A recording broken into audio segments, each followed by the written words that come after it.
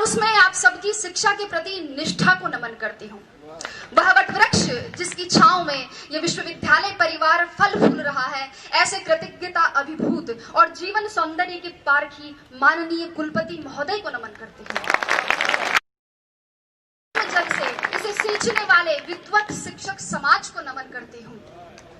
राजस्थान विश्वविद्यालय की वैभवशाली परंपरा और गौरवशाली इतिहास और उसमें जन्मी आप सबकी सुनहरे भविष्य की उत्साहित और अनुशासित प्यास को नमन करते हुए नमन करती हूँ उस परम पिता परमेश्वर को जो मुझ में वक्ता बनकर बोल रहा है, आप में श्रोता बनकर सुन रहा है और इस पंडाल के कण कण में विद्यमान होकर इस परम अनुष्ठान को साकार मंचस्थ विद्वत समाज और देश के छलनी हुए जिगर को मरहम लगाने की एकमात्र आशा स्थल प्यारे साथियों, मुझे बहुत प्रसन्नता है कि मुझे आज ऐसे लोगों के बीच व्याख्यान का अवसर मिला है जो उस मोड़ पर खड़े हैं जहां से उन्हें जीवन संग्राम में कूदना है। अभी आपके सामने बहुत सारी चुनौतियां और संघर्ष है। ऐसा नहीं है कि आरएस बनने के बाद मेरे संघर्ष और चुनौतियां खत्म हो गए हैं, बल्कि वो तो अभी शुरू हुए हैं, लेकिन उनसे लोहा लिए बिना हम आगे नहीं बढ़ सकते हैं। साथियों, मुझे नहीं लगता कि मैं अपने इन स्नातक अनुजों को कोई मार्गदर्शन दे सकती हूँ या आप में किसी अभूतपूर्व ऊर्जा का संचार कर सकती हूँ, क्योंकि मैं भी आप ही की तरह एक जिज्ञासु विद्यार्थी रही हूँ और पिछले कुछ वर्षों में वही सामने आप ही की तरफ बैठा करती थी जहां आज आप जगमग तारों की तरह इस परिसर को रोशन कर रहे हैं। किंतु मैं इतना जरूर कह सकती हूँ कि यहाँ सिखाए जाने वाले उस श्रम, उस धैर्य, उस मार्गदर्शन, उस शैक्षिक वातावरण, शिक्षकों की विद्वता और अनुशासन के आवरण को यदि जीवन में उतार लिया जाए तो असंभव कुछ भी नहीं है। जैसा कि एक साथी ने कहा था, वैसे ही मेरे साथ में भी यही घटना है। मुझे भी प्रशासन में आने से पहले ये पता नहीं था कि आरएस क्या होता है, वो क्या करता है। स्कूल में साथी लड़कियों ने कह दिया कि हम आरएस बनेंगी, तो मैंने भी 9th क्लास का रिजल्ट आते ही अपने बाल मन में पूरे घर में ये सार्वजनिक उद्घोषणा कर दी कि मैं आरएस बनूंगी।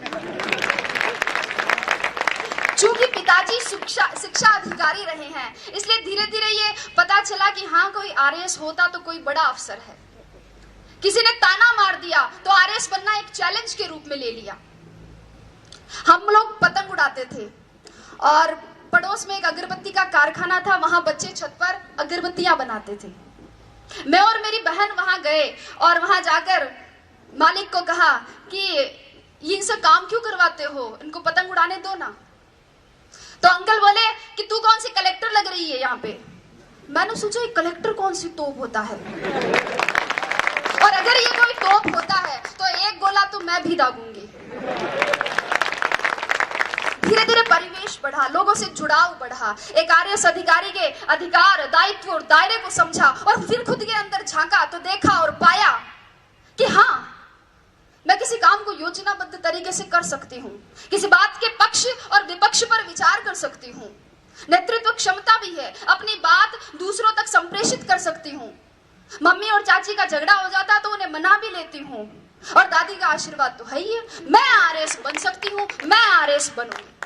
और तब मैंने सोचा कि न गरज किसी से, न वास्ता किसी से, मुझे काम है अपने काम से, तेरी जिक्र से, तेरी फिक्र से, तेरी याद से, तेरे नाम से। और आरएस को ही मैंने अपनी जिक्र और फिक्र बना लिया। और साथियों, यही सम्मिलित कारण और घटनाएं हैं जिनके परिणाम स्वरूप मैं आज यहाँ आपके सामने उपस्थित हूँ।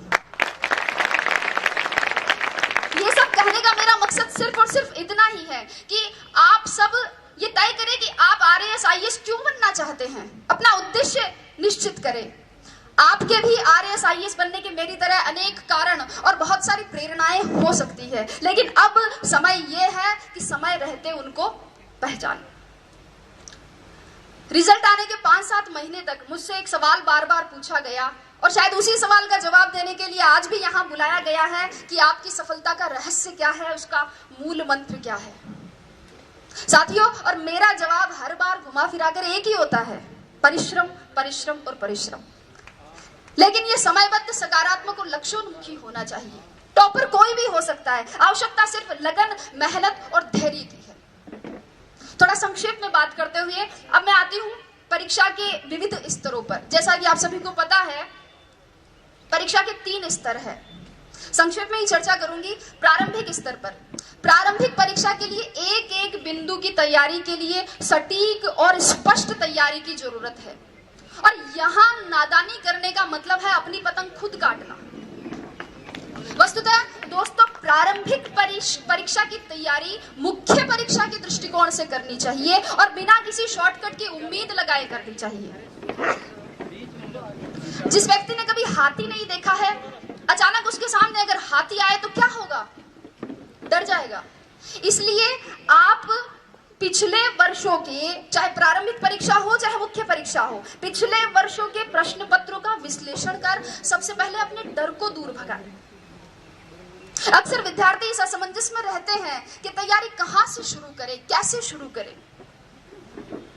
मेरे हिसाब से 9वीं 10वीं की मानक पाठ्य पुस्तकों जैसे एनसीईआरटी बुक्स, इनसे सबसे पहले अपना आधार मजबूत बनाएं और फिर इसके साथ ही किसी एक राष्ट्रीय और राज्य स्तर के समाचार पत्र या और किसी एक मासिक पत्रिका का नियमित अध्ययन करें। जो बिंदु समझ में नहीं आए उन्हें याद करने के लिए नोट्स बना लें और परीक्षा से पूर्व उनका अधिकाधिक रिवीजन करें। ये थी प्रारंभिक परीक्षा। मुख्य परीक्षा की बात करें। मुख्य परीक्षा वास्तव में इस परीक्षा का निर्णायक चरण है, जिसका इस परीक्षा में 88% योगदान है। और यहां ध्यान दीजिएगा, यहां उत्तर की कसावट और उसका सर्वोत्तम प्रस्तुतिकरण ही कामयाबी का मूल मंत्र है।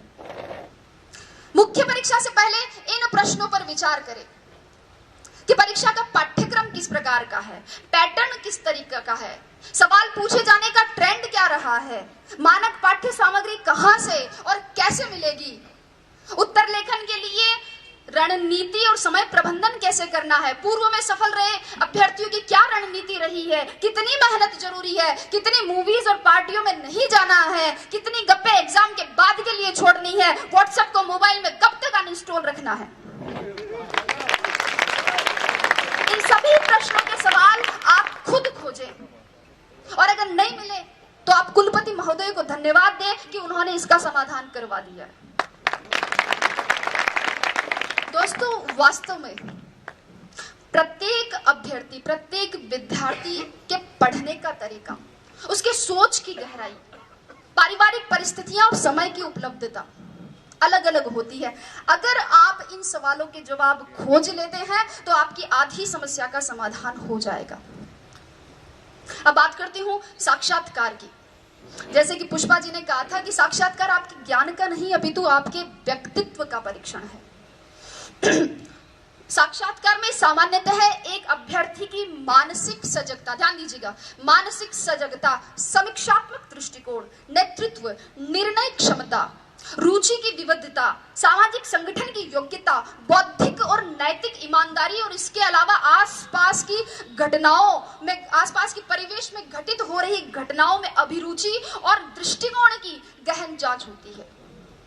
सभी प्रश्नों का उत्तर देना एक अच्छे साक्षात्कार का प्रतीक नहीं है और कुछ प्रश्नों का उत्तर न देना साक्षात्कार के बिगड़ने का परिचायक भी नहीं है।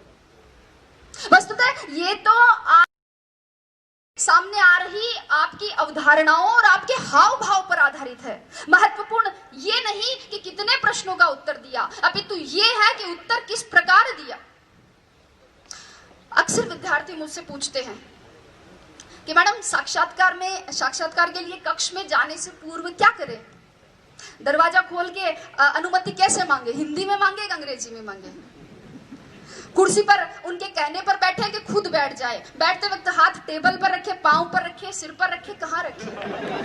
लड़के पूछते हैं कि मैडम टाई लगाए, टाई के साथ कोट भी पहने, क्या शेविंग करें या नहीं करें। और लड़कियां भी पूछती है कि साड़ी पहने, सूट पहने, सूट पहने तो मैचिंग का ब्लाउज पहने, क्या मैचिंग की nail polish, sandal, earrings, purse, bangles, blah blah blah. लेकिन अगर चर्चा करें तो ये एक ऐसा विषय है जिस पर पूरा दिन खर्च किया जा सकता है। लेकिन अगर मेरी माने, संक्षेप में मेरी माने तो आप तो बस, अगर आपको लगता है कि आपकी तैयारी अच्छी है, आपकी विषय पर पकड़ है, आपने जो अपने हिसाब से कपड़े पहने हैं उनमें आप सुविधाजनक महसूस कर रहे हैं और उनसे आपके शरीर का आत्मविश्वास झलक रहा है। अगर आपको लगे कि आपने अपने माता पिता का आशीर्वाद ले लिया है, ईश्वर में आपकी आस्था है और दादी और नानी ने कह दिया कि जा बेटा कलेक्टर बन के ही आई, तो आप तो बस दरवाजा खोलिए और मुस्कुराते हुए अंदर घुस जाइए। अभी आपका बायोडेटा देखा जा रहा है। एक प्रश्न आपकी हॉबी से, अगला ग्रेजुएशन के विषय से, अगला करंट नॉलेज से और क्रमशः प्रश्नों का सिलसिला। और अगर आपने अंत तक अपनी संप्रेषणीयता, अपनी समझ, अपनी ग्रहणशीलता, अपने नेतृत्व को बनाए रखा, अपने आत्मविश्वास को बनाए रखा है, तो आप उसी तरह मुस्कुराते हुए बाहर आकर भेरू जी, भोमिया जी, पित्तर जी, जिनको भी आपने याद किया था, उनको धन्यवाद दे सकते हैं। और अगर कोई साथी चाहे तो खोले के हनुमान जी में सवामणि की तैयारी भी कर सकता है, क्योंकि मैं एक गारंटी देती हूँ, मैं एक गारंटी देती हूँ कि जीत आपकी है। शर्त इतनी है कि सवामणि का निमंत्रण मुझे मिलना चाहिए। तो ये तो बात हुई परीक्षा के विविध स्तरों की। अब मैं परीक्षा में सफलता की क्या प्रक्रिया है